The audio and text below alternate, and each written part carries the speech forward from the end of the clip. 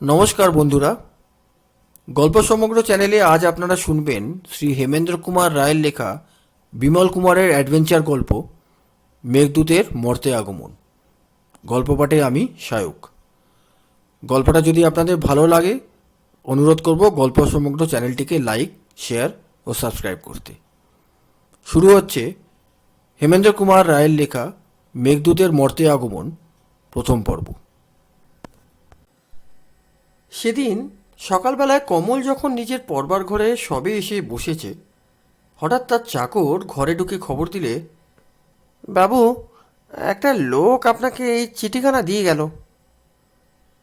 কমল চিঠিখানা খুলে পড়লে তাতে শুধু লেখা আছে, প্রিয় কমল, শীঘ্র আমার বাড়িতে এসো, সাক্ষাতে সমস্ত বলবো। ইতি বিনয় মজুমদার। বিনয়বাবুর সঙ্গে কমলের আলাপ হয় মধুপুরে বেড়াতে গিয়ে। কমলের বয়স 19 বছর, সে কলেজের তৃতীয় বার্ষিক শ্রেণীর ছাত্র। বিনয়বাবুর বয়স 45। কিন্তু বয়সে এতখানি তফাৎ হলেও দুজনের মধ্যে আলাপ খুব জমে উঠেছিল। বিনয়বাবুর স্বভাবটা ছিল এমন সরল যে বয়সের তফাতের জন্য কারোর সঙ্গে তার ব্যবহারের কিছুমাত্র তফাৎ হতো না। কমলের সঙ্গে বিনয়বাবুর আলাপ এত ঘনিষ্ঠ হবার আরও একটা কারণ ছিল। বিনয়বাবু সরল হলেও তার প্রকৃতি ঠিক সাধারণ লোকের মতন নয়। দিন রাত তিনি পুঁথিপত্র আর লেখাপড়া নিয়ে ব্যস্ত থাকেন। সংসারের আর কোনো ধার বড় একটা ধারেন না। তার বাড়ির ছাদের ওপরে আকাশ পরিদর্শনের নানা রকম দূরবীন ও যন্ত্র আছে। গ্রহ নক্ষত্রের খবর রাখা তার একটা মস্ত বাতিক। এ সম্বন্ধে তিনি এমন সব আশ্চর্য গল্প বলতেন, তার অন্যান্য বন্ধুরা যা গাঁজাখুরি বলে হেসে উড়িয়ে দিতেন।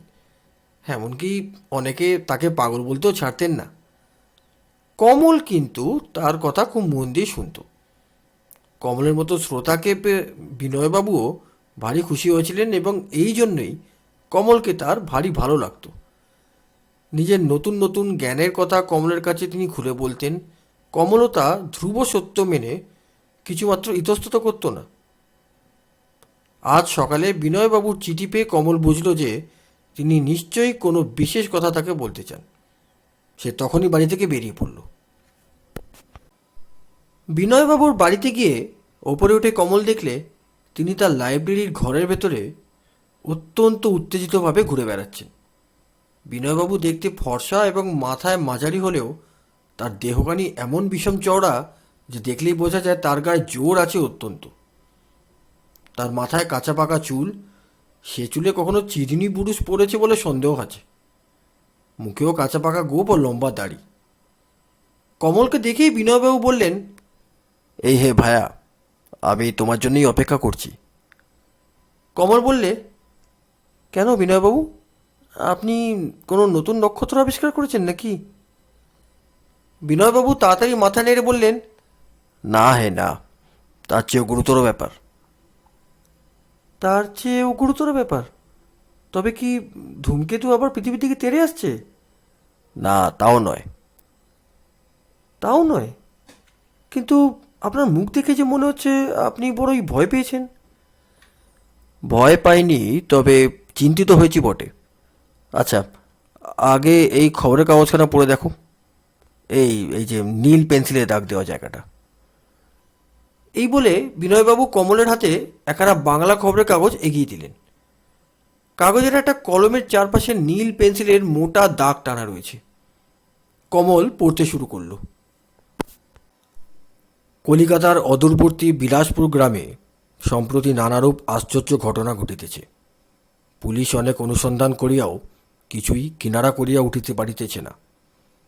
আজ ঠিক 1 মাস আগে প্রথম ঘটনা ঘটে। বিলাসপুরের জমিদারের একখানি ছোট স্টিমার গঙ্গার ঘাটে বাঁধা ছিল। হঠাৎ একদিন সকালে দেখা গেল স্টিমারখানি অদৃশ্য হইয়াছে। স্টিমারে কয়েকজন খালাসি ছিল, তাহারাও নিরুদ্দেশ। পুলিশের বহু অনুসন্ধানেও স্টিমারের কোনো সন্ধান মিলে নাই। তারপরের ঘটনা আরও বিস্ময়কর। বিলাসপুরের শীতলা দেবীর মন্দিরের সামনে একটি বহু পুরানো বটগাছ ছিল। স্থানীয় লোকেরা বলে বটগাছটি বয়স 150 বছরের চেয়েও বেশি। এত বড় বটগাছ এ অঞ্চলে আর দ্বিতীয় ছিল না। গত 3রা কার্তিক সোমবার সন্ধ্যাকালে এই বটগাছের তলায় কৃষ্ণযাত্রার অভিনয় হইয়াছিল। কিন্তু পরদিন প্রভাতে দেখা গেল সমগ্র বটগাছটি রাতের ডালপালা শিকড় শুদ্ধ কোথায় অদৃশ্য হয়েছে। বটগাছের চিহ্ন মাত্র সেখানে নেই। গাছের ওপরে একদল বানর বাস করিত, তাহাদেরও কোনো সন্ধান পাওয়া যাইতেছে না। যেখানে বটগাছ ছিল সেখানে একটি প্রকাণ্ড গর্ত হাহা করিতেছে। দেখিলে মনে হয় যেন এক বিরাট দেহমানব বটগাছটিকে শিকড় শুদ্ধ উপড়াইয়া লইয়া গিয়েছে। তৃতীয় ঘটনাটিও কম আশ্চর্যের নয়। বিলাসপুর স্টেশনে একখানা রেলগাড়ির ইঞ্জিন লাইনের ওপরে দাঁড় করানো ছিল। গত 13ই কার্তিক তারিখে রাত্রি 12টার সময় স্টেশন মাস্টার স্বয়ং ইঞ্জিনখানাকে দেখিয়াছিলেন, কিন্তু রাত্রি 1টার পর হইতে ইঞ্জিনখানাকে আর পাওয়া যাইতেছে না। ইঞ্জিনে আগুন ছিল না, সুতরাং তাহাকে চালাইয়া লইয়া যাওয়া অসম্ভব। তার উপরে সমস্ত লাইন তন্ন তন্ন করে খুঁজিয়াও ইঞ্জিনের কোনো সন্ধান মিলে নাই। এসব কোনো বদমাশ বা চোরের দলের কাজ হইতে পারে না। তা হইলে পূর্বোক্ত স্টিমার বা বটগাছ বা ইঞ্জিনের কোনো না কোনো খোঁজ নিশ্চয়ই পাওয়া যাইত। অতএব অত বড় একখানা বটগাছ শিকড় শুদ্ধ উপড়ায় ফেলিতে পারে যে কত লোকের দরকার, তা আর বুঝিয়ে বলার দরকার নেই। মোট কথা সেটা একেবারেই অসম্ভব। এসব কাজ এতটা চুপি চুপি এত শীঘ্র করাও চলে না, অথচ এমনি সব কাণ্ড ঘটিতেছে। এর কারণ কি? বিলাসপুরের বাসিন্দারা এই সব অলৌকিক ব্যাপারে যে যারপন্নায় ভয় পাইয়াছে সে কথা বলাই বাহুল্য। সন্ধ্যার পর গ্রামের কেউ আর বাহির হয় না। চৌকিদারও পাহারা দিতে চাইতেছে না। সকলেই বলিতেছে এসব দৈত্য দানবের কাজ। রাত্রে অনেকেই নাকি একরকম অদ্ভুত শব্দ শুনিতে পায়। সেই শব্দ ধীরে ধীরে স্পষ্ট হইয়া আবার ধীরে ধীরে মিলাইয়া যায়। কোনো কোনো সাহসী লোক জানলায় মুখ বাড়িয়া দেখিয়াছে বটে, কিন্তু কিছুই দেখিতে পায় নাই।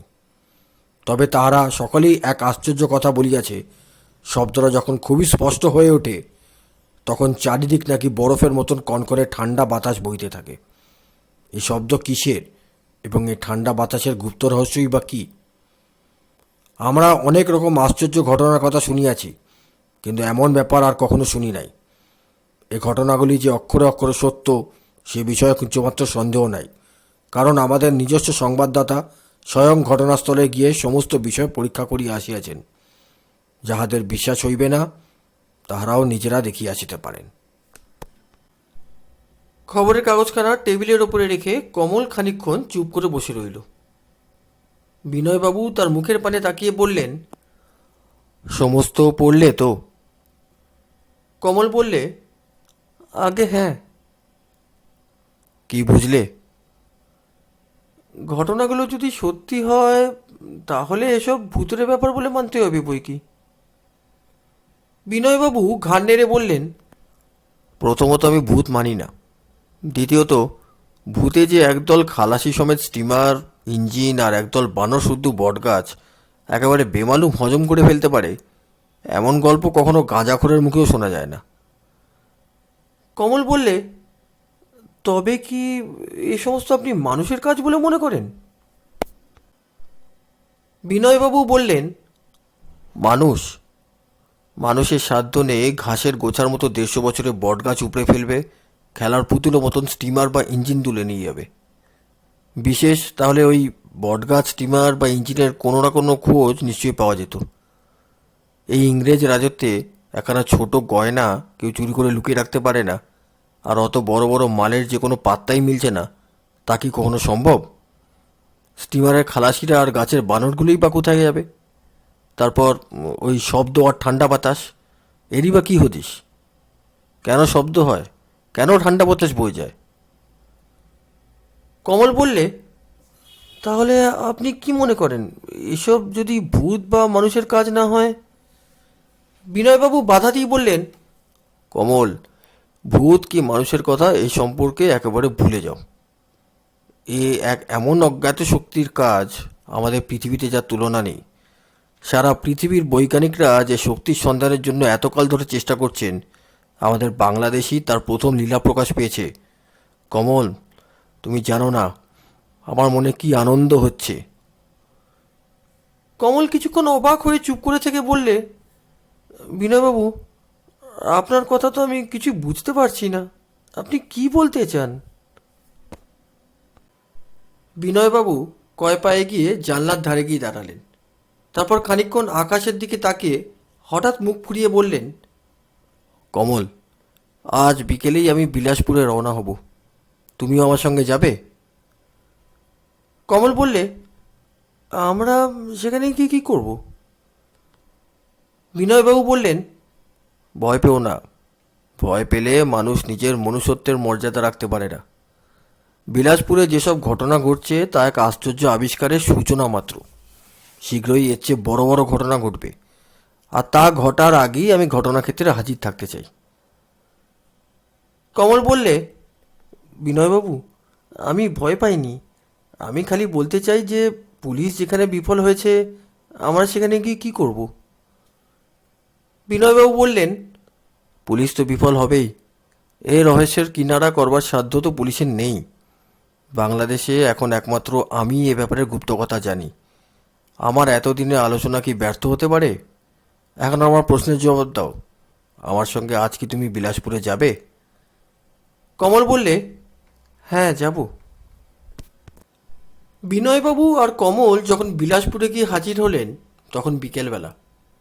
বিনয়বাবু বললেন, কমল, এখানে আমার এক বন্ধুর বাড়ি আছে। তার বাড়িতে গিয়ে উঠলে পরে তিনি আমাদের খুব আদর যত্ন করবেন বটে, কিন্তু কোনো খবর না দিয়ে হঠাৎ গিয়ে পড়লে তার অসুবিধা হতে পারে। কমল বললে, কিন্তু সেখানে না গিয়েও তো কোনো উপায় নেই। রাতে একটা মাথা গুজবার ঠাঁই তো দরকার। বিনয়বাবু হেসে বললেন, নিশ্চয়ই নিশ্চয়ই। আমরা কি আর মাঠে শুয়ে রাত কাটাবো? এখানে ডাকবাংলো আছে। সেখানে আজকে রাতটা কাটাতে তোমার কোনো আপত্তি নেই তো? কমল বললে, কিচ্ছু না। বরং অচেনা লোকের বাড়ির চেয়ে ডাকবাংলোই ভালো। স্টেশনের কাছেই ডাকবাংলো। দুজনে ডাকবাংলোর ভেতরে গিয়ে ঢুকতেই এখানকার চাকর এসে তাদের সেলাম করলে। বিনয়বাবু বললে, এ বাংলো কি তোমার জিম্মায় আছে? সে বললে, হ্যাঁ কর্তাবাবু।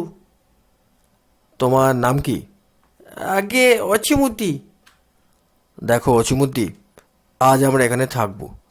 এই ব্যাগটা তোমার কাছে রাখো, আর আমাদের দুজনের জন্য রাতের খাবারের ব্যবস্থা করো। মুরগির ঝোল চাই, বুঝলে? এই নাও টাকা। আমরা ততক্ষণ একটু ঘুরে আসি। বিনয়বাবু কমলের হাত ধরে বাংলোর হাতার থেকে আবার বেরিয়ে পড়লেন। কমল বললে, আমরা কোথায় যাচ্ছি বিনয়বাবু?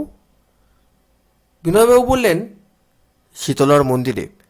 বটগাছের ব্যাপারটা সত্যি কিনা আগে দেখে আসা দরকার। বিনয়বাবু বিলাসপুরে আগেও বার কয়েক এসেছিলেন, কাজেই পথঘাট তার জানা ছিল। মিনিট পাঁচেক পরেই তারা শীতলার মন্দিরের সামনে গিয়ে উপস্থিত হলেন। বিনয়বাবু বললেন, কমল, সত্যি তো বটগাছটা নেই দেখছি। সে গাছটা আগেও আমি দেখেছি, প্রকাণ্ড গাছ। শিবপুরের বোটানিক্যাল গার্ডেনের বিখ্যাত বটগাছ দেখেছো তো? এই গাছটি তার চেয়ে কিছু ছোট হলেও এত বড় গাছ বাংলাদেশে আর কোথাও দেখেছি বলে আমার মনে পড়ে না। অথচ দেখো, সেই গাছের বদলে এখন শুধু একটা গর্ত রয়েছে। কমল অবাক হয়ে দেখলে তার সামনে মস্ত বড় একটা গর্ত, তার ভিতরে অনায়াসে শতাধিক মানুষকে কবর দেওয়া যায়। বটগাছটা যে কত বড় ছিল কমল এতক্ষণে তা আন্দাজ করতে পারলে। অথচ এত বড় একটা গাছকেই সকলের অজান্তে রাতারাতি উড়িয়ে নিয়ে গেলে। মানুষের পক্ষে এমন কাজ অসম্ভব, সম্পূর্ণ অসম্ভব। মন্দিরের ভেতর থেকে একটি লোক বেরিয়ে এলো। বিনয়বাবু এগিয়ে গিয়ে তাকে একটি প্রণাম করে বললেন, আপনি বোধহয় এই শীতলা দেবীর সেবায়েত? হ্যাঁ বাবা। এখানে নানা রকম আশ্চর্য কাণ্ড কারখানা হচ্ছে শুনে আমরা কলকাতা থেকে দেখতে এসেছি। আচ্ছা, যে রাতে বটগাছটি অদৃশ্য হয় সে রাতে আপনি কোথায় ছিলেন? এই মন্দিরের পাশেই আমার ঘর, আমি এখানেই ছিলাম। অথচ কিছুই টের পাননি? টের যে পাইনি তা নয়, তবে আসল ব্যাপারটা তখন বুঝতে পারিনি। কীরকম? অনেক রাতে হঠাৎ কীরকম একটা শব্দ শুনে আমার ঘুম ভেঙে যায়। তারপরেই ঝড়ে গাছ দোলার মতন আওয়াজ শুনতে পেলাম। সঙ্গে সঙ্গে একটা কনকনে ঠান্ডা হাওয়ার ঝাপটা জানলা দিয়ে আমার ঘরের ভেতরে ঢুকে পড়ল, আর বট গাছের বাদরগুলো কাতরে চেঁচাতে লাগলো। ঝড় উঠেছে ভেবে তাড়াতাড়ি আমি জানলা বন্ধ করে দিলাম। তারপরই সব চুপচাপ। সকালে উঠে দেখি বটগাছটা আর নেই। তাহলে কি আপনি মনে করেন যে ঝড় এসেই বটগাছটিকে উড়িয়ে নিয়ে গেছে? না না, তা কি করে হবে?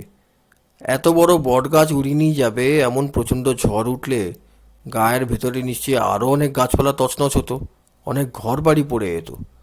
কিন্তু আর কোথাও কিছু তো হলো না, উড়ে গেল শুধু এই বটগাছটা।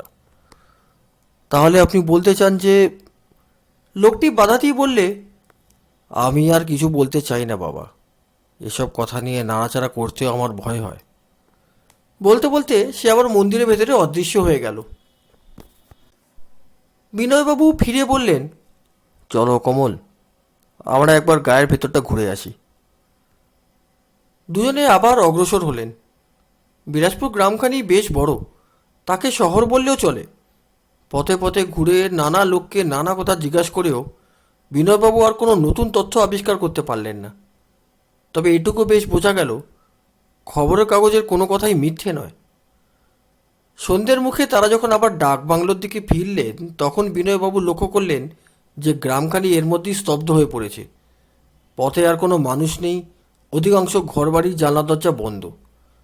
এখানকার বাসিন্দারা যে খুব বেশি ভয় পেয়েছে তাতে আর কোনো সন্দেহ নেই। বাংলোর বারান্দায় উঠে বিনয়বাবু দেখতে পেলেন সেখানে দুটি যুবক দুখানা চেয়ারের ওপরে বসে আছে। তার মধ্যে একটি যুবকের দেহ যেমন লম্বা তেমনি চওড়া। দেখলেই বুঝতে দেরি লাগে না যে তার দেহে অসুরের মতন ক্ষমতা। তিনি কিছু জিজ্ঞাসা করবার আগেই সেই লম্বা চওড়া যুবকটি উঠে দাঁড়িয়ে তাকে অভিবাদন করে বললে, আজ বিকেলে কি আপনারাই এখানে এসেছেন? হ্যাঁ। তাহলে আমরাও আজ আপনাদের সঙ্গী হতে চাই। আপনার কোনো আপত্তি নেই তো? না না, আপত্তি আবার কিসের? বেশ তো, একসঙ্গে সবাই মিলে থাকা যাবে। আপনারা কোথা থেকে আসছেন? কলকাতা থেকে। খবরের কাগজে একটা ব্যাপার পড়ে দেখতে এসেছি। ও, তাহলে আপনারাও আমাদেরই দলে? আমরাও এই উদ্দেশ্যে এখানে এসেছি। আপনাদের নাম জানতে পারি কি? আমার নাম শ্রী বিমলচন্দ্র রায়, আর আমার বন্ধুটির নাম শ্রী কুমারনাথ সেন। বিনয়বাবু বললেন, বিমলবাবু, খাওয়া দাওয়ার ব্যবস্থা করেছেন তো? বিমল বললে, আগে হ্যাঁ, আমার চাকর রামহরিকে বাজারে পাঠিয়েছি, ওই যে সে ফিরছে। চ্যাঙ্গারি হাতে করে একটি লোক বাগান থেকে বারান্দায় এসে উঠল। তার সঙ্গে এলো ল্যাজ নাড়তে নাড়তে প্রকাণ্ড একটা কুকুর। বিনয়বাবু বললেন, ও কুকুরটা কার? কামড়াবে না তো? কুমার বললে, না না, কামড়াবে না, বাঘা বড় ভালো কুকুর। কমল এতক্ষণ চুপ করে সব কথাবার্তা শুনছিল। এখন সে বললে, বিমলবাবু, আপনাদের নাম আর ওই কুকুরের নাম শুনে আমার একটা কথা মনে হচ্ছে। বিমল বললে, কী কথা? কমল একটু ইতস্তত করে বললে, জখের ধন বলে আমি একটা উপন্যাস পড়েছিলাম, তাতেও বিমল, কুমার, রামহরি আর বাঘা কুকুরের নাম আছে। কি আশ্চর্য মিল! বিমল একবার কুমারের মুখের দিকে চেয়ে মুখ টিপে হেসে বললে, মিল দেখে আশ্চর্য হবেন না, আমরা সেই লোকই বটে। বিষয়ে হতভম্বের মতো কমল হাঁ করে খানিকক্ষণ বিমলের মুখের পানে তাকিয়ে রইল। তারপর বলে উঠল, তাও কি সম্ভব? তারা হচ্ছে তো উপন্যাসের লোক, আর আপনারা যে সত্যিকারের মানুষ। বিমল বললে, জখের ধন যে সত্যিকারের ঘটনা তা মিথ্যে বলে ভাবছেন কেন? সত্যি ঘটনা? তাহলে আপনারা কি সত্যি সত্যি খাসিয়া পাহাড়ের বৌদ্ধমঠে গিয়েছিলেন? নিশ্চয়ই, কিন্তু সে আজ 5-6 বছর আগেকার কথা। সেসব বিপদের কথা এখন আমাদের কাছে স্বপ্ন বলেই মনে হয়। খাওয়া দাওয়ার পর বিনয়বাবু জখের ধনের গল্পটি বিমলের মুখ থেকে আগাগোড়া শ্রবণ করলেন। তারপর আশ্চর্য স্বরে বললেন, আপনারা এই বয়সেই এমন সব বিপদের মধ্যে পড়েও বেঁচে আছেন, ধন্য। বিমল বললে, বিনয়বাবু, বিপদ আমি ভালোবাসি, বিপদকে আমি খুঁজে বেড়াই, আর আজ এই বিলাসপুরেও আমরা এসেছি নতুন কোনো বিপদেরই সন্ধানে। বিনয়বাবু বললেন, আপনারা সাহসী লোক বটে। কুমার বললে, কিন্তু এখানে এই যেসব ঘটনা ঘটছে, আমরা তো তার কোনো হদিশ খুঁজে পাচ্ছি না। এসব কি ভুতুড়ে কাণ্ড? বিনয়বাবু ঘাড় নেড়ে বললেন, না, তবে আমার সন্দেহ যদি সত্যি হয় তাহলে। বিমল অত্যন্ত আগ্রহের সঙ্গে তাড়াতাড়ি বলে উঠল, আপনি কি সন্দেহ করেন বিনয়বাবু? বিনয়বাবু বললেন, এখন বলবো না, আরও 2-4টে প্রমাণ দরকার, নইলে আপনারাই হয়তো বিশ্বাস করবেন না। অনেক রাত হলো, আসুন এবার নিদ্রালোকে গমন করা যাক। গভীর রাতে হঠাৎ একসঙ্গে সকলের ঘুম ভেঙে গেল। কমল লাফ মেরে উঠে দাঁড়িয়ে বলল, হুহু, কি শীত! কুমার বললে, জানলা দিয়ে ঝোড়ো হাওয়া আসছে, বাইরে ঝড় উঠেছে। বলে সে উঠে পড়ে জানলা বন্ধ করে দিতে গেল। বিনয়বাবু বললেন, দাঁড়ান কুমারবাবু, জানলা বন্ধ করবেন না। ঝড় উঠেছে যে? না, ঝড় ওঠেনি, দেখছেন না বাইরে ফুটফুটে চাঁদের আলো। তবে ও শব্দ কিসের?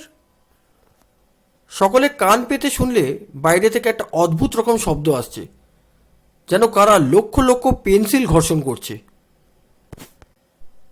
বিনয়বাবু গম্ভীর স্বরে বললেন, ও ঝড়ের শব্দ নয়। বিমল বললে, তবে? সে রহস্যই তো জানতে চাই। বলেই বিনয়বাবু এগিয়ে গিয়ে দরজা খুলে দিলেন। সঙ্গে সঙ্গে বাঘা ঘরের ভেতর থেকে এক লাফে বাইরে বেরিয়ে গেল। সকলে বারান্দায় গিয়ে দাঁড়ালো। চারিদিকে পরিষ্কার চাঁদের আলো, আকাশে মেঘের নামমাত্র নেই। তবে ঝড়ের মতো ঠান্ডা হাওয়াই বইছে বা কেন, আর ওই রহস্যময় শব্দটাই বা আসছে কোথা থেকে? বিনয়বাবু বললেন, শব্দটা হচ্ছে ওপর দিকে। তার কথা শেষ হতে না হতেই খানিক তফাৎ থেকে মানুষের তীব্র আর্তনাদ শোনা গেল। তারপরে কুকুরের চিৎকার। কুমার বললে, এই যে বাঘার গলা। রামহরি বললে, বাঘা বোধহয় কাউকে কামড়ে ধরেছে। মানুষ আর কুকুরের চিৎকার আরও বেড়ে উঠল। কুমার বললে, না রামহরি, বাঘা কাউকে কামড়ায়নি। তার চিৎকার শুনে মনে হচ্ছে সে যেন ভয়ানক ভয় পেয়ে গেছে। বিমল বললে, চলো চলো এগিয়ে দেখা যাক। যেদিক থেকে সেই মানুষ আর কুকুরের আর্তনাদ আসছে, সকলে বেগে সেই দিকে ছুটে গেল। কিন্তু কই, কোথাও তো কিচ্ছুই নেই। আর্তনাদ তখনও হচ্ছে, কিন্তু অতি অস্পষ্ট, যেন অনেক দূর থেকে আসছে। কুমার চেঁচিয়ে উঠলে, বাঘা, বাঘা, বাঘা, তুই কোথায় বাঘা? বিনয়বাবু ওপর পানে হাত তুলে বললেন, আকাশে। বিমল বললে, হ্যাঁ হ্যাঁ তাই তো, আকাশ থেকে তো আর্তনাদ আসছে, কিন্তু এ কী কাণ্ড! রামহরি বললে, রাম রাম রাম রাম, বাঘাকে পড়িতে উড়িয়ে নিয়ে গেছে। কুমার কাতরভাবে বললে, আমার এতদিনের কুকুর। সকলে সভয়ে আকাশের দিকে তাকিয়ে রইল। বিনয়বাবু বললেন, ওই যে কি দেখা যাচ্ছে না? বিমল বললে, হ্যাঁ, ঠিক যেন দুটো কালো ফোঁটা, ওই যা মিলিয়ে গেল। বিনয়বাবু আরও আশ্চর্য ব্যাপার দেখলেন। আকাশের বুকে ছায়ার মতো অস্পষ্ট কি একটা প্রকাণ্ড জিনিস। কিন্তু সে ব্যাপার আর প্রকাশ না করে তিনি শুধু বললেন, আর সেই শব্দ নেই, আর্তনাদও শোনা যাচ্ছে না, ঠান্ডা বাতাসও বইছে না। কমল বললে, এমন ব্যাপারের কথা তো কখনো শুনিনি। এর মানে কি বিনয়বাবু?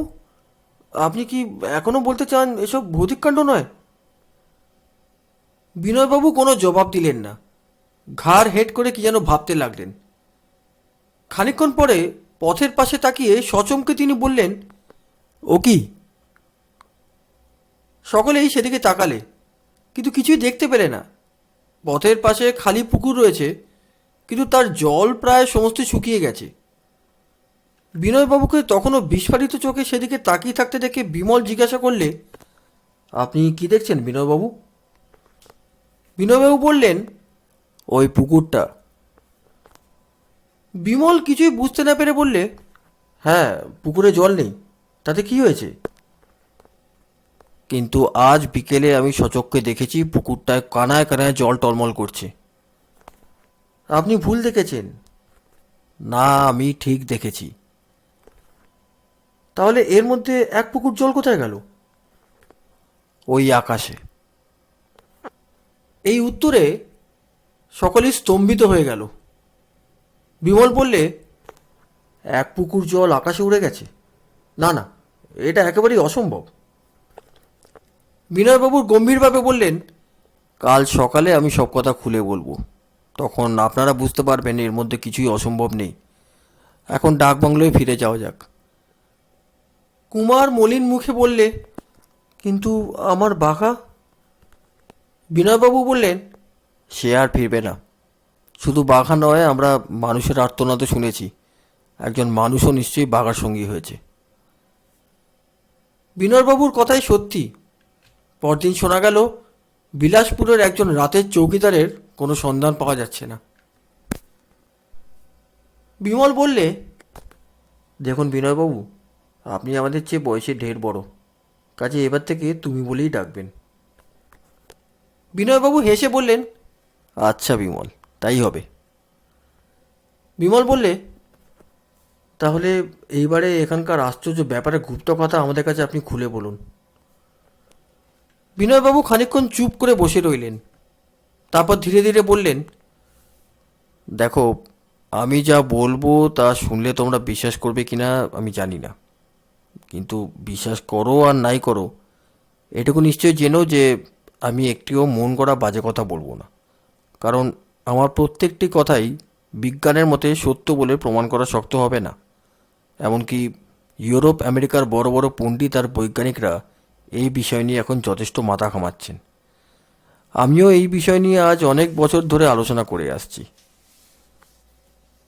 বিমল বাধা দিয়ে বললে, কিন্তু এখানকার এইসব অলৌকিক কাণ্ডের সঙ্গে বিজ্ঞানীদের কী সম্পর্ক থাকতে পারে বিনয়বাবু? বিনয়বাবু হাসতে হাসতে মাথা নেড়ে বললেন, বিমল ভায়া, এত অল্পেই ব্যস্ত হয়ে উঠো না।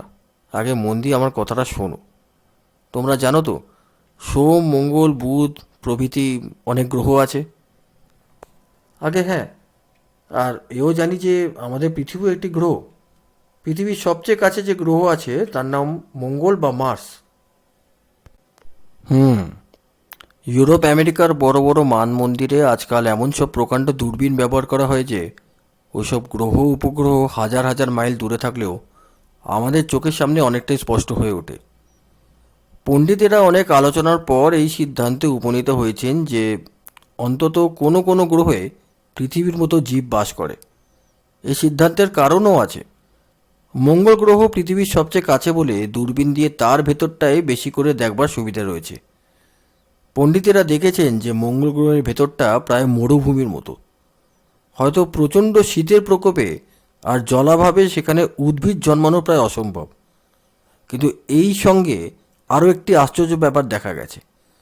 মঙ্গল গ্রহের মধ্যে শত শত ক্রোশব্যাপী এমন প্রকাণ্ড খাল আছে যার তুলনা পৃথিবীতেও নেই। সে খাল এমন এমন সোজাসুজি কাটা যে তা কিছুটি স্বাভাবিক হতে পারে না। বিমল অত্যন্ত কৌতূহলী হয়ে বললে, অর্থাৎ সে খাল কৃত্রিম? হ্যাঁ, আর এখানেই একটা মস্ত আবিষ্কারের সূত্রপাত। আরও দেখা গেছে যে সে খাল যতদূর অগ্রসর হয়েছে ততদূর পর্যন্ত দুপাশের জমি সবুজ, অর্থাৎ গাছপালায় ভরা। এখন বুঝে দেখো, কৃত্রিম খাল কখনো আপনা আপনি প্রকাশ পায় না। নিশ্চয়ই তা মানুষ বা মানুষের মতো কোনো জীবের হাতে কাটা। আর এমন এক মরুভূমির মতন দেশে প্রকৃতির বিরুদ্ধে যুদ্ধ করে শত শত ক্রোশব্যাপী কৃত্রিম কাল কেটে যে জীব বেঁচে আছে তারা যে খুব চালাক ও সভ্য তাদের কোনো সন্দেহ নেই। কমল বললে, বিনয়বাবু, এসব কথা আমি আপনার মুখে আগে অনেকবার শুনেছি, কিন্তু বিলাসপুরের এই ভুতুড়ে কাণ্ডের সঙ্গে আপনি মঙ্গল গ্রহকে টেনে আনছেন কেন? বিনয়বাবু বললেন, ক্রমে বুঝবে, আগে সবটা শোনো। বছরের একটা ঠিক সময় মঙ্গল গ্রহ পৃথিবীর অনেকটা কাছে আসে। কিছুদিন আগে কলকাতার সমস্ত খবরের কাগজে তোমরা নিশ্চয়ই পড়েছ যে পৃথিবীর বড় বড় বেতার বার্তা পাঠাবার স্টেশনে এক আশ্চর্য ব্যাপার ঘটেছিল। বেতার যন্ত্রে এমন সব অদ্ভুত বার্তার সংকেত এসেছিল যার অর্থ কেউ বুঝতে পারেনি। সেসব সংকেত কোথা থেকে আসছে তাও জানা যায়নি। ঠিক সেই সময়ই কিন্তু মঙ্গল গ্রহ এসেছিল পৃথিবীর খুব কাছেই। কাজেই বৈজ্ঞানিকরা স্থির করতে বাধ্য হলেন মঙ্গল গ্রহের বাসিন্দারাই পৃথিবীর লোকেদের সঙ্গে কথা কইবার জন্য বেতার বার্তা পাঠাচ্ছে, কিন্তু তাদের বার্তার সংকেত আলাদা বলেই আমরা তা বুঝতে পারি না।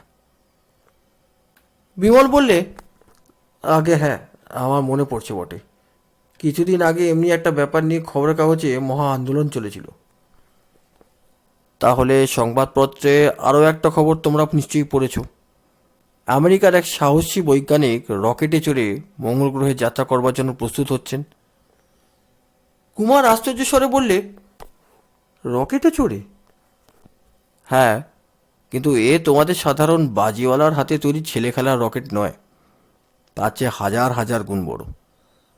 তার মধ্যে মস্ত এক ধাতু তৈরি ঘর থাকবে, সে ঘরে থাকবে সেই সাহসী বৈজ্ঞানিক। ওপরের ঘরের তলায় থাকবে বারুদের ঘর। মঙ্গল গ্রহ যে সময় পৃথিবীর কাছে আসবে সেই সময় এই রকেট ছোড়া হবে। বায়োস্কোপের এক অভিনেতা একটি মাঝারি আকারের রকেটে চড়ে পৃথিবীর এক জায়গা থেকে আরেক জায়গায় নিরাপদে গিয়ে দেখিয়েছেন যে ব্যাপারটা একেবারে অসম্ভব নয়। বিমল বললে, কিন্তু এ থেকে কি প্রমাণিত হচ্ছে? এ থেকে প্রমাণিত হচ্ছে যে মঙ্গল গ্রহ আর পৃথিবীর বাসিন্দারা পরস্পরের পরিচয় জানবার জন্য ব্যস্ত হয়ে উঠেছে। এখন যদি আমি বলি যে মঙ্গল গ্রহের বাসিন্দারা আমাদের চেয়ে আরও বেশি অগ্রসর হয়েছে, অর্থাৎ তারা ইতিমধ্যেই পৃথিবী থেকে নমুনা নিয়ে যেতে শুরু করেছে, তাহলে কি অত্যন্ত অবাক হবে? বিমল, কুমার আর কমল একসঙ্গে সবিস্ময়ে বলে উঠল, হ্যাঁ, বলেন কি? বিনয়বাবু দৃঢ় স্বরে বললেন, হ্যাঁ, বিলাসপুরে এই যে সব অলৌকিক কাণ্ড হচ্ছে তা মঙ্গল গ্রহের বাসিন্দাদের কীর্তি ছাড়া আর কিছুই নয়। পৃথিবী যা কিছু দেখছে পরীক্ষা করবার জন্য সংগ্রহ করে নিয়ে যাচ্ছে। বিমল রুদ্ধশ্বাসে বললে, কিন্তু কি উপায়? উপায়ের কথা আমি ঠিক করে কিছু বলতে পারছি না এখন, তবে আমি যা আন্দাজ করেছি সেটা সম্ভব হলেও হতে পারে। আমাদের জানা আছে যে পৃথিবীর ওপরে মাইল কয়েক পর্যন্ত বাতাসের অস্তিত্ব, তারপরে আর বাতাস নেই, আছে কেবল শূন্য। এই শূন্যের মধ্যে অন্য যেসব গ্রহ ঘুরছে তাদের মধ্যে হয়তো পৃথিবীর মতো বায়ুমণ্ডল আছে, কিন্তু পৃথিবী থেকে অন্য গ্রহে কিংবা অন্য গ্রহ থেকে পৃথিবীতে যেতে আসতে হলে বায়ুহীন শূন্য পার হতে হবে। আমার বিশ্বাস মঙ্গল গ্রহের বাসিন্দারা ডুবোজাহাজের মতো এয়ারটাইট বা ছিদ্রহীন এমন কোনো বোমযান ব্যবহার করেছে যার ভেতরে দরকার মতন বাতাসে কিংবা অক্সিজেন বাষ্পের ব্যবস্থা আছে। সেই বোমযানে চড়ে শূন্য পার করে তারা পৃথিবীর আবহাওয়াতে এসে হাজির হয়েছে। কাল রাতে যখন এখানকার চৌকিদার আর বাঘা আর্তনাদ করেছিল, আকাশের দিকে চেয়ে তখন আমি লক্ষ্য করেছিলাম অনেক উঁচুতে চাঁদের আলোর মাঝখানে প্রকাণ্ড কি একটা যেন ছায়ার মতো ভাসছে। খানিক পরেই তা আবার মিলিয়ে গেল। আমার বিশ্বাস সেই ছায়া আর কিছু নয়, মঙ্গল গ্রহের বোমযান। খানিকক্ষণ সকলেই অভিভূতর মতন স্তব্ধ হয়ে ভাবতে লাগল। বিনয়বাবু যা বললেন কেউ তা স্বপ্নেও কোনোদিন কল্পনা করতে পারেনি। অবশেষে বিমল বললে, কিন্তু আমরা মঙ্গল গ্রহের কোনো লোককে তো দেখতে পাইনি। তবে বিলাসপুর থেকে স্টিমার, ইঞ্জিন, বটগাছ, পুকুরের জল আর জীবজন্তু কেমন করে অদৃশ্য হচ্ছে? বিনয়বাবু বললেন, এই প্রশ্নের নির্ভুল জবাব দেওয়া শক্ত, তবে ওই রহস্যময় ঠান্ডা হাওয়ার প্রবাহের জন্য আমার মনে একটা সন্দেহ জাগছে। তোমরা ভ্যাকুয়াম ক্লিনার কেউ দেখেছো? কুমার বললে, হ্যাঁ, শিয়ালদা স্টেশনে দেখেছি। একটি যন্ত্রের সঙ্গে লম্বা নল আছে, সেই নলের মুখ ধুলোর ওপরে ধরে যন্ত্র চালালেই ভেতর থেকে হু করে হাওয়া বেরিয়ে যায়, আর সঙ্গে সঙ্গে সমস্ত ধুলো নলের ভেতরে ঢুকে পড়ে। এই উপায়ে খুব সহজেই ধুলো সাফ করা হয়। বিনয়বাবু বললেন, খুব সম্ভব মঙ্গল গ্রহের বাসিন্দারা এরকম কোনো যন্ত্রের সাহায্যেই পৃথিবীর উপরে অত্যাচার করছে। তবে তাদের এই ভ্যাকুয়াম যন্ত্রটি এত বড় ও শক্তিশালী যে প্রকাণ্ড প্রকাণ্ড স্টিমার, ট্রেন ও বটগাছ, এমনকি এক পুকুর জল পর্যন্ত আর তা অনায়াসে সরিয়ে নিতে পারে। আচমকা ঠান্ডা হওয়ার বইবার আর কোনো কারণ তো আমার মাথায় আসছে না। যন্ত্রটা যখন বায়ুশূন্য হয় সেই সময় চারিদিকে ঠান্ডা বাতাসের ঝাপটা লাগে। এই আমার মত। কুমার শোকাচ্ছন্ন স্বরে বললে, তাহলে আমার বাঘাকে আর কখনো ফিরে পাবো না? বিনয়বাবু মাথা নেড়ে বললেন, না। বিমল চিন্তিতভাবে বললে, বিনয়বাবু, জানি না আপনার কথা সত্যি কিনা, কিন্তু আপনার যুক্তি শুনলে এসব ব্যাপারে অবিশ্বাস করতেও প্রবৃত্তি হয় না। আচ্ছা, এই বিষয় নিয়ে আপনি যখন এত আলোচনা করছেন, তখন বলতে পারেন কি মঙ্গল গ্রহের বাসিন্দাদের চেহারা কীরকম? তারা কি মানুষের মতোই দেখতে তাহলে? বিনয়বাবু বললেন, তা কি করে বলবো, তবে তাদের মস্তিষ্ক যে খুব উন্নত, তারা যে যথেষ্ট সভ্য আর জ্ঞান বিজ্ঞানেও খাটো নয়, তাদের কাজ দেখে এটা তো বেশ ভালোই বোঝা যাচ্ছে। পৃথিবীর অবস্থা, জল, মাটি, আবহাওয়া আর জীবনযাত্রা নির্বাহের প্রণালী অনুসারেই আমাদের চেহারা এরকম হয়েছে। মঙ্গল গ্রহের ভেতরকার অবস্থা যদি অন্যরকম হয়, তবে সেখানকার জীবের মানুষের চেয়ে বেশি সভ্য আর বুদ্ধিমান হলেও তাদের চেহারা অন্যরকম হওয়াটাই কিন্তু সম্ভব। বিমল খানিকক্ষণ স্তব্ধ থেকে বললে, এবার থেকে আমি এখানে বন্দুক না নিয়ে পথে বেরোবো না। কেন? দাঁতে দাঁত চেপে বিমল বললে, যদি সুবিধে পাই বুঝিয়ে দেব যে মানুষ বড় নিরীহ জীব নয়। সেই দিন সন্ধ্যের কিছু আগে বিনয়বাবুর সঙ্গে সকলে বেরিয়ে বাংলোর দিকে ফিরছিল। গেল রাতে সেই প্রায় শুকনো পুকুরটার কাছে এসে বিনয়বাবু থমকে দাঁড়িয়ে পড়লেন। পুকুরের দুদিকে বাঁধা ঘাট, কিন্তু জল নেমে যাওয়াতে ঘাটের সব নিচে শ্যাওলামাখা সিঁড়ির ধাপ পর্যন্ত স্পষ্ট দেখা যাচ্ছে। পুকুরের তলায় এখনও অল্প একটু জল চিকচিক করছে। বিনয়বাবু যেন আপনা আপনি বললেন, যে যন্ত্র দিয়ে এত অল্প সময়ে অতখানি জল শুষে নেওয়া যায়, সে যন্ত্রটা না জানি কি প্রকাণ্ড। খালি ঠান্ডা হাওয়া নয়, এই পুকুর চুরি দেখেও আমার বিশেষ সন্দেহ হচ্ছে যন্ত্রটি নিশ্চয়ই ভ্যাকিউম।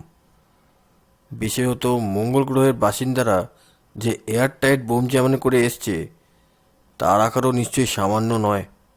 নইলে তার ভেতরে স্টিমার, ইঞ্জিন, বটগাছ আর প্রায় এক পুকুর জল থাকবার ঠাঁই হতো না। হঠাৎ ওপর থেকে কি কতগুলো জিনিস ঝপাং করে পুকুরের ভেতরে এসে পড়ল, এবং কতগুলো পড়ল পুকুরের পাড়ের ওপরে। সকলে বিস্মিত চোখে ওপর দিকে তাকিয়ে দেখলে, কিন্তু সেখানে কিছুই নেই। কেবল অনেক উঁচুতে আকাশের বুকে ছায়ার মতো কি একটা জেগে রয়েছে, কিন্তু সেটা এত অস্পষ্ট যে তার বিষয়ে জোর করে কিছু বলা যায় না। বিনয়বাবু অত্যন্ত দুঃখের সঙ্গে বলে উঠলেন, হায় হায়, কলকাতা থেকে আসবার সময় একটা ভালো দূরবীন যদি সঙ্গে করে আনতাম, তাহলে এখনই সব রহস্যের কিনারা হয়ে যেত। কমল বললে, কিন্তু আকাশ থেকে ওগুলো কি এসে পড়ল? বিমল তাড়াতাড়ি এগিয়ে গেল। খানিক তফাতেই রাঙা পিণ্ডের মতন কি একটা পড়ে রয়েছে, কিন্তু কাছে গিয়েই সে সবাই আবার পিছিয়ে এসে বলল, বিনয়বাবু। কি বিমল, ব্যাপার কি? এই যে মানুষের দেহ। হ্যাঁ, বলো কি? সকলেই সেই রাঙা পিণ্ডটার দিকে বেগে ছুটে গেল। সামনে সত্যিই একটা রক্ত মাংসের স্তূপ পড়ে রয়েছে। অনেক উঁচু থেকে পড়ার দরুন সেটা এমন তালগোল পাকিয়ে গেছে যে সহজে তার মানুষের দেহ বললে চেনা যায় না। তবে দেহের কোনো কোনো অংশ এখনও তার মনুষ্যত্বের অল্প স্বল্প পরিচয় দিচ্ছে। কমল বললে, লোকটা বোধহয় মঙ্গল গ্রহের উড়োজাহাজ থেকে পালিয়ে আসবার জন্য লাফিয়ে পড়েছিল। কুমার একটা নিঃশ্বাস ফেলে বললে, আহা বেচারা, আমার বাঘাও সেখানে আছে, না জানি সে কী করছে এখন। কিন্তু বিনয়বাবু তীক্ষ্ণ দৃষ্টিতে সে মাংসের পিণ্ডের দিকে তাকিয়ে থেকে বললেন, না, এই দেহ যার, সে নিজের ওপর থেকে লাফিয়ে পড়েনি। বিমল বললে, তবে? লাফিয়ে পড়ার আগেই তার মৃত্যু হয়েছিল। কি করে জানলেন আপনি? বিনয়বাবু মাংসের পিণ্ডের দিকে আঙুল দেখিয়ে বললেন, দেখো, এই মরাটার একটা হাত আর বুকের একটা পাশ এখনো থেতলে গুঁড়ো হয়ে যায়নি। ভালো করে চেয়ে দেখো দেখি, কি দেখছো? বিমল হেঁট হয়ে পড়ে দেখতে লাগলো। তারপর বললে, এ কি, এর দেহের উপরকার ছাল ছাড়িয়ে ফেলা হয়েছে। খালি তাই নয়, বুকের আর হাতের ওপরকার মাংস ছুরি দিয়ে কেটে নেওয়া হয়েছে। কিন্তু কেন বিনয়বাবু? ভালো করে দেখলে তাও বুঝতে পারবে। দেখো না, মেডিকেল কলেজের ডাক্তারেরা ঠিক যেভাবে মরা কাটে, এই দেহটার ওপরেও ঠিক সেইভাবেই ছুরি চালানো হয়েছে। বিমল, মঙ্গল গ্রহের বাসিন্দারা মানুষের শব ব্যবচ্ছেদ করে দেখছে। তার মানে? তারা দেখতে চায় মানুষ কোন শ্রেণীর জীব। হুম, এখন বুঝতে পারছি মঙ্গল গ্রহের বাসিন্দাদের চেহারা নিশ্চয়ই মানুষের মতন নয়। কারণ তা যদি হতো তাহলে মানুষের দেহ নিয়ে এভাবে পরীক্ষা করবার আগ্রহ তাদের নিশ্চয়ই থাকতো না। বিমল কুমার, পৃথিবীতে সত্যই যে মঙ্গল গ্রহের বোমযান এসেছে আর বিলাসপুরের স্টিমার ইঞ্জিন যে আকাশেই অদৃশ্য হয়েছে, ওপর থেকে এই মরার আবির্ভাবে তোমরা বোধহয় এখন সেটা স্পষ্ট বুঝতে পারছো। বিমল কুমার ও কমল কেউ কোনো জবাব দিলে না। আজ এই চাক্ষুষ প্রমাণের ওপর আর কোনো সন্দেহ চলে না। কুমার বললে, কিন্তু বিনয়বাবু, এই যে বড় ভয়ানক কথা। আপনার ওই মঙ্গল গ্রহের বাসিন্দারা পৃথিবী থেকে মানুষ ধরে নিয়ে গিয়ে খুন করবে, আর আমরা চুপ করে বসে তাই দেখব? তাদের বাধা দেওয়ার কি কোনো উপায় নেই? বিনয়বাবু বললেন, উপায় একটা করতেই হবে বই কি। মানুষ এখনো টের পায়নি তাদের মাথার উপরে কি বিপদের খাড়া ঝুলছে। আজ যে অত্যাচার খালি বিলাসপুরে হচ্ছে, দুদিন পরে তা সারা পৃথিবীতে ছড়িয়ে পড়তে পারে। বিমল বললে, কিন্তু কি উপায় আপনি করবেন? বিনয়বাবু বললেন, তা আমি এখন বলতে পারি না। তবে আজকেই আমি আমার মতো একটি প্রবন্ধ খুলে লিখব, আর কাল তা সংবাদপত্রে প্রকাশ করব। সকলকে আগে আসল ব্যাপারটা জানিয়ে দেওয়া দরকার, কারণ আমাদের মতো দু একজনের চেষ্টায় কোনো সুবিধাই হবে না। এখন সকলকে একসঙ্গে মিলেমিশে করতে হবে। কমল বললে, কিন্তু বিনয়বাবু, দেশের লোকে যদি আপনার কথাকে পাগলের প্রলাপ বলে উড়িয়ে দেয়? তাহলে তারা নিজেরাই মরবে। আমার যুক্তি আর এমন সব চাক্ষুষ প্রমাণ দেখেও যদি কেউ বিশ্বাস না করে, তাহলে আমি নাচার। তবু আমার কর্তব্য আমি করে খালাস হব। এখন চলো। সকলে বাংলোর দিকে ফিরল।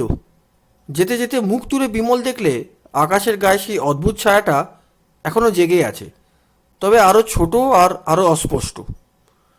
বিমল অবাক হয়ে মনে মনে ভাবতে লাগলো, না জানি এমন কি গভীর রহস্য ওই বিচিত্র ছায়ার আড়ালে লুকোনো আছে, যা শুনলে হয়তো সারা পৃথিবীর বুক ভয়ে স্তম্ভিত হয়ে যাবে।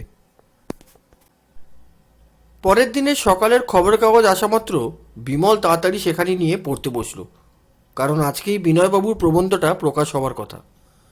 খবরের কাগজ খুলেই বিমল সর্বপ্রথমে দেখলে বড় বড় অক্ষরে লেখা রয়েছে, বিলাসপুরে নতুন রহস্য, আকাশ হইতে মানুষের মৃতদেহ পতন। তারপর গতকাল বিলাসপুরে যে ঘটনা ঘটেছিল এবং আমরা আগেই যার ইতিহাস দিয়েছি তার বর্ণনা। তারপরেই আবার বড় বড় অক্ষরে, বিশেষজ্ঞের বিচিত্র আবিষ্কার, মঙ্গল গ্রহের বাসিন্দা, পৃথিবীর ভীষণ বিপদ। শিরোনামের তলায় বিনয়বাবুর প্রবন্ধ। বিনয়বাবু কিছুমাত্র অত্যুক্তি না করে বেশ সরল ও সহজ ভাষায় নিজের মত ব্যক্ত করে গেছেন। তার মত আমরা আগেই প্রকাশ করেছি, সুতরাং এখানে আর তার উল্লেখ করা কোনো দরকার নেই। প্রবন্ধের শেষে সম্পাদক লিখেছেন, বিনয়বাবু যে আশ্চর্য ব্যাপারের উল্লেখ করিয়াছেন তাহা সহজে কল্পনায় আসে না। হয়তো অনেকেই তার কথাকে পাগলের প্রলাপ বলিয়া উড়িয়াই দিবেন, কিন্তু আমরা আপাতত তাহার মত সমর্থন করা ছাড়া অন্য কোনো উপায় দেখিতেছি না। কারণ বিনয়বাবু বহু বছর আলোচনা, চিন্তা ও বিচারের পর এবং চাক্ষুষ প্রমাণ দেখিয়ে যে সিদ্ধান্ত উপনীত হইয়াছেন তা অস্বীকার করা অসম্ভব। মঙ্গল গ্রহে জীবের অস্তিত্ব যে বিনয়বাবু মন গড়া কথা তাহাও নয়। ইউরোপ, আমেরিকা অনেক বড় বড় পণ্ডিত এই ব্যাপারটাকে সত্য বলিয়াই মানিয়ে থাকেন। এমনকি বেতার যন্ত্রের আবিষ্কারক মার্কনি সাহেবও একবার মঙ্গল গ্রহের বাসিন্দাদের সঙ্গে সংবাদ আদান প্রদানের চেষ্টা করিয়াছিলেন। সুতরাং এটা বেশ স্পষ্টই বোঝা যাইতেছে যে বিনয়বাবুর মতো যথার্থ বৈজ্ঞানিক ভিত্তির ওপরই প্রতিষ্ঠিত। এছাড়া বিলাসপুরে আশ্চর্য রহস্যের কিনারা করার আর কোনো উপায় দেখা যাইতেছে না। আসল কথা, এই গুরুতর ব্যাপার লইয়া এখন চিন্তিত মতো চিন্তা করা আবশ্যক। কারণ বিনয়বাবু পরিষ্কারভাবেই দেখিয়াছেন পৃথিবীর মাথার উপরে বিষম এক বিপদের মেঘ ঘনিয়ে আসিয়াছে। সময় থাকিতে সাবধান না হইলে এই বিপদ আরও ভয়ানক রূপে আত্মপ্রকাশ করিতে পারে। বিমল বললে, বিনয়বাবু, সম্পাদক মহাশয় তো আপনারই মত সমর্থন করেছেন। বিনয়বাবু বললেন, যার মাথায় এতটুকু যুক্তি আছে তাকে আমার মত মানতেই হবে। এই বলে খবরের কাগজখানা নিয়ে তিনি পড়তে বসলেন। বিকেলে ডাক বাংলোতে লোক আর ধরে না। স্থানীয় জমিদার, মোড়ল ও মাতব্বর ব্যক্তিরা বিলাসপুরের এবং আশেপাশের গায়ের লোকজনে ডাক বাংলোর ঘর থেকে বারান্দা পর্যন্ত ভরে গেল। কলকাতার অনেক খবরের কাগজের অফিস থেকে সাহেব ও বাঙালি প্রতিনিধিরা এলেন। এই অঞ্চলের পুলিশ সুপারিনটেন্ডেন্ট সাহেব ও দারোগা প্রভৃতি এসেও ঘরের একপাশে আসন গ্রহণ করলেন। সকলেরই ইচ্ছা বিনয়বাবুর সঙ্গে মঙ্গল গ্রহ নিয়ে আলোচনা করা। বিনয়বাবুর প্রথমটা ভয় ছিল লোকে তার কথা বিশ্বাস করবে কিনা, কিন্তু এখন দেখলেন তার উল্টো বিপদ উপস্থিত। সকলের প্রশ্নের জবাব দিতে দিতে তার প্রাণ যায় আর কি। পুলিশ সাহেব খানিকক্ষণ বিনয়বাবুর সঙ্গে পরামর্শ করে বললেন, আচ্ছা বিনয়বাবু, আপনার সন্দেহ যদি সত্যি হয় তাহলে আমাদের কি করা উচিত? রাতে গায়ে সশস্ত্র সেপাই বসিয়ে রাখবো কি? কেন? মঙ্গল গ্রহের উড়োজাহাজ কাছে এলেই সিপাহীরা তাহলে বন্দুক ছুড়বে। বিনয়বাবু একটু ভেবে বললেন, পরীক্ষা করে দেখতে পারেন, কিন্তু ওই উড়োজাহাজ কীরকম পদার্থ দিয়ে তৈরি তা তো আমরা বলতে পারি না। বন্দুকের গুলিতে তার ক্ষতি হতেও পারে, নাও হতে পারে। সন্ধ্যের পরে একে একে সবাই যখন বিদায় নিয়ে চলে গেল, বিনয়বাবু শ্রান্তভাবে বিছানার উপরে শুয়ে পড়লেন। বিমল হাসতে হাসতে বললে, বিনয়বাবু, একদিনেই আপনি বিখ্যাত হয়ে উঠেছেন তো। বিনয়বাবু হতাশ হয়ে বললেন, বিখ্যাত হওয়ার এত জ্বালা, আমার কি মনে হচ্ছে যেন বিমল, ছেড়ে দে মা, কেঁদে বাঁচি। বিমল বললে, ওরা আপনাকে ছেড়ে দিলে তো কেঁদে বাঁচবেন, কিন্তু ওরা যে আপনাকে ছাড়বেই না। আপনি এখন যেখানে যাবেন ওরাও আপনার সঙ্গে সঙ্গে যাবে। কিন্তু কেন? কারণ আপনি এখন বিখ্যাত হয়েছেন। বটে, তাই নাকি? তাহলে তো আমাকে অজ্ঞাতবাস করতে হবে। ওরা আপনাকে সেখানেও খুঁজে বার করে নেবে। বিনয়বাবু অত্যন্ত দুঃখিত হয়ে বললেন, তাহলে আমাকে মঙ্গল গ্রহে যাত্রা করতে হবে। বিমল, এই একদিনে এই কথা কয়ে কয়ে আমার মুখে ব্যথা ধরে গেছে। আজ সারাদিন আমি একটুও জিরোতে পারিনি। আজ সকাল থেকে ডাক বাংলোয় লোকের পর লোক আসছে। সারাদিনের মধ্যে বিনয়বাবু একটুও হাঁপ ছাড়বার ছুটি পেলেন না। বিকেলের দিকে তিনি মরিয়া হয়ে বাংলো ছেড়ে পলায়ন করলেন, সঙ্গীদের কোনো খবর না দিয়েই। বিমল, কুমার, কমল ও রামহরি চারিদিকে খুঁজতে বেরোলো, কিন্তু বিনয়বাবুকে কোথাও পাওয়া গেল না। বিমল মাথা চুলকাতে চুলকাতে বলল, তাই তো, সত্যি সত্যি তিনি দেশত্যাগী হয়ে গেলেন নাকি? রামহরি বললে, হয়তো এতক্ষণে তিনি নিজেই বাসায় ফিরে গেছেন। বিনয়বাবু প্রাণপণে বাধা দেওয়ার চেষ্টা করেও রক্ষা পেলেন না। শূন্যের সেই অদৃশ্য শক্তির কাছে তার সমস্ত চেষ্টাই ব্যর্থ হয়ে গেল। কি একটা প্রচণ্ড ঘূর্ণি হাওয়ার মুখে তুচ্ছ ছেঁড়া পাতার মতন তিনি তীরের বেগেও আকাশ ভেগের দিকে উঠে গেলেন। কানের কাছে বাজতে লাগলো কেবল একটা ঝড়ের সনসনানি এবং দুম দুম করে অনেকগুলো বন্দুকের শব্দ। তারপরে বিষম একটা ধাক্কা। সঙ্গে সঙ্গে অত্যন্ত যন্ত্রণায় তিনি কেমন যেন আচ্ছন্নের মতো হয়ে গেলেন। অনেক কষ্টে নিজেকে সামলে নিয়ে বিনয়বাবু প্রথমেই দেখলেন তার চোখের সামনে যেন একটা নীল রঙের স্রোত। হাত দিয়ে অনুভব করে বুঝলেন তিনি আর শূন্যে নেই, একটা শীতল পদার্থের ওপরে শয়ন করে আছেন। আস্তে আস্তে উঠে বসে দেখলেন যার ওপরে তিনি শুয়েছিলেন সেটা কাচের মতো স্বচ্ছ এবং তার রং আকাশের মতোই নীল। কেবল তাই নয়, তার ভেতর দিয়ে অনেক নিচে পৃথিবীর গাছপালা ও আলো দেখা যাচ্ছে।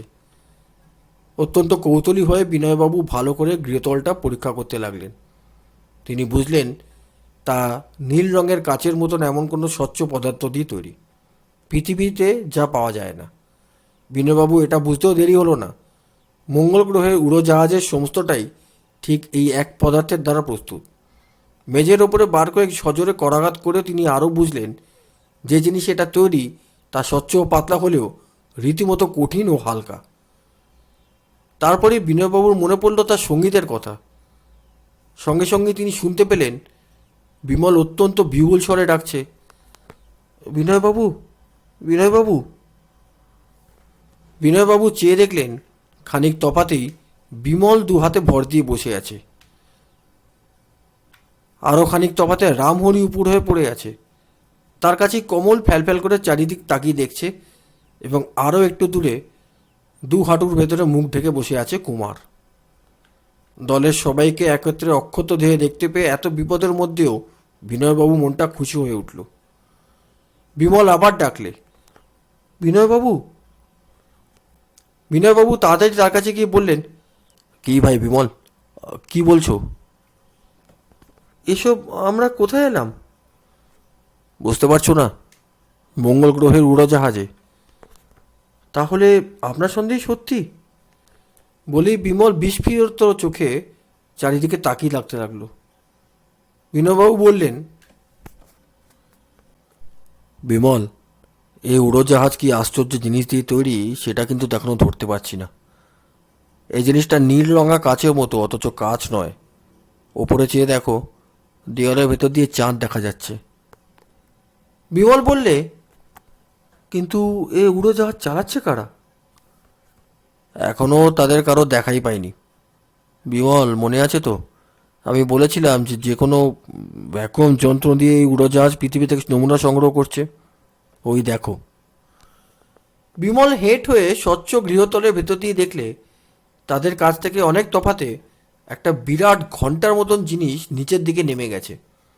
তার দীর্ঘতা প্রায় 300 ফুট এবং বের প্রায় 100 ফুটের কম হবে না। বিমল আশ্চর্য স্বরে বললে, অত বড় একটা যন্ত্র যখন এই উড়োজাহাজের গায়ে লাগানো আছে, তখন এর আকার না জানি কী প্রকাণ্ড। বিনয়বাবু বললেন, হ্যাঁ, এত বড় উড়োজাহাজের কল্পনা বোধহয় পৃথিবীতে এখনও কেউ করতে পারেনি। যে উড়োজাহাজে আমরা আছি এটা নিশ্চয়ই একটা ছোটোখাটো শহরের মতন বড়। কিন্তু আমি কি এখন ভাবছি জানো বিমল, আমরা ওই ভ্যাকুয়াম যন্ত্র দিয়ে এখানে কি করে এলাম? চেয়ে দেখো, আমরা এখন যেখানে আছি এর চারদিকে দেওয়াল দিয়ে ঘেরা। কে বা কারা আমাদের এখানে নিয়ে এলো? আর কোনো পথ যখন নেই, তখন আমরা এখানে এলুমই বা কেমন করে? বিমল বললে, কেমন একটা ধাক্কা লাগতে আমি আচ্ছন্ন মতো হয়ে পড়েছিলাম। কোথা দিয়ে যে কী ঘটলো কিচ্ছু বুঝতে পারিনি। আমারও ঠিক সেই একই অবস্থা ঘটেছিল। কিন্তু ওই দেওয়ালগুলোর পেছনে কি আছে জানবার জন্য আমার এখন অনেক কৌতূহল হচ্ছে। কিন্তু কৌতূহল নিবৃত্তির কোনো উপায়ও নেই, কারণ বিনয়বাবুরা যে কামরায় আছেন তার ছাদ, মেঝে ও একপাশের দেওয়াল ছাড়া আর 3 দিকের দেওয়াল কালো রঙের পর্দা দিয়ে ঘেরা। স্বচ্ছ দেওয়ালের ওপাশে পর্দার ভাঁজ স্পষ্টই দেখা যাচ্ছে। বিমল বললে, এ কামরায় যে আলো জ্বলছে তা লক্ষ্য করে দেখেছেন? হ্যাঁ, ও আলোর ব্যবস্থা হয়েছে নিশ্চয়ই রেডিয়ামের সাহায্যে। রেডিয়াম? রাতের অন্ধকারে রেডিয়ামের ঘড়ি দেখেছো তো? এখানে সেই উপায়, অর্থাৎ ঘড়ির বদলে ঘর আলোকিত করা হয়েছে। বিমল, মঙ্গল গ্রহের উড়োজাহাজে আসতে বাধ্য হয়ে তুমি ভয় পাওনি তো? না বিনয়বাবু, ভয় আমি মোটেই পাইনি, কিন্তু আমি চিন্তিত হয়েছি। চিন্তিত কেন? আমাদের ভবিষ্যৎ ভেবে। ভবিষ্যতের কথা ভুলে যাও বিমল, ভবিষ্যতের কথা ভুলে যাও। এখন খালি বর্তমানের কথা ভাবো। আমার নিজের কথা বলতে পারি, আমি কিন্তু খুব খুশি হয়েছি। আমাদের চোখের সামনে এখন এক নতুন জ্ঞানের রাজ্য খোলা হয়েছে, এক নতুন জগৎ, নতুন দৃশ্যের পর নতুন দৃশ্য। এমন সৌভাগ্য যে আমার হবে আমি তা কল্পনা করতে পারিনি। পেছন থেকে এতক্ষণ পরে কুমার বললে, আপনার এই আনন্দ বেশিক্ষণ থাকবে না বিনয়বাবু। ভেবে দেখেছেন কি আমরা আর কখনো পৃথিবীতে ফিরে যেতে পারবো না? বিনয়বাবু খানিকক্ষণ চুপ করে থেকে বললেন, কিন্তু সে কথা ভেবে মন খারাপ করে কোনো লাভ নেই ভাই। পুরনো পৃথিবীর বাসিন্দা হয়ে নতুনভাবে জীবনযাপন করব, মন্দ কি? কমল বললে, কিন্তু এটাও ভুলে যাবেন না বিনয়বাবু, যারা আমাদের ধরে এনেছে তারা মানুষের সব ব্যবচ্ছেদ করে। রামহরি বললে, আমরা যে ভূত পেতের হাতে পড়িনি তাই বা কে বলতে পারে? বিমল এবার গম্ভীর স্বরে বললে, প্রাণ আমি সহজে দেব না। বাংলো থেকে আমি বন্দুক নিয়ে বেরিয়েছিলাম, সে বন্দুকও আমার সঙ্গে এখানে এসেছে। কুমার বললে, বন্দুক আমারও আছে। প্রথমে ঝোড়ো হাওয়ার টানে বন্দুকটা আমার হাত থেকে খসে পড়েছিল, কিন্তু এখানে এসে দেখছি আমার সঙ্গে সঙ্গে বন্দুকটা ওপরে এসে হাজির হয়েছে। বিনয়বাবু বললেন, বিমল, কুমার, তোমরা ছেলে মানুষই করো না। যারা আমাদের ধরে এনেছে তাদের বুদ্ধি আর শক্তির কিছু কিছু পরিচয় তো এর মধ্যেই পেয়েছো। দুটো বন্দুক নিয়ে এদের বিরুদ্ধে কতক্ষণ দাঁড়াতে পারবে? তার চেয়ে। বিনয়বাবুর কথা শেষ হতে না হতেই কিসের একটা শব্দ হলো। সঙ্গে সঙ্গে একদিকে দেওয়ালটা ধীরে ধীরে সরে যেতে লাগলো। বিনয়বাবু বললেন, সাবধান, দেওয়ালটা এরা নিশ্চয়ই কোনো কল টিপে সরিয়ে ফেলেছে। এতক্ষণে বুঝলাম এ কামরায় দরজা নেই কেন। দেওয়ালটা যখন একেবারে সরে গেল, তখন সামনেই এক অদ্ভুত দৃশ্য দেখে সকলেই অবিস্ময় অস্ফুট আর্তনাদ করে উঠল। রামহরি তাড়াতাড়ি দুই হাতে চোখ চেপে ফেলে বললে, এরা যমদূত, এরা যমদূত, আমাদের নরক নিয়ে যেতে এসেছে। এমনকি বিনয়বাবু পর্যন্ত কেমন যেন হতবুদ্ধি হয়ে গেলেন। তার মনে হলো তিনি যেন এক ভয়ানক উদ্ভট স্বপ্ন দেখছেন। বন্ধুরা, এতক্ষণ আপনারা শুনছিলেন শ্রী হেমেন্দ্র কুমার রায়ের লেখা মেঘদূতের মর্তে আগমনের প্রথম পর্ব। গল্পটা আপনাদের কেমন লাগছে অনুরোধ করব দয়া করে কমেন্টসে লিখে জানাবেন। মেঘদূতের মর্তে আগমনের শেষ পর্ব নিয়ে ফিরে আসব খুব তাড়াতাড়ি। সঙ্গে থাকবেন, ভালো থাকবেন। ধন্যবাদ।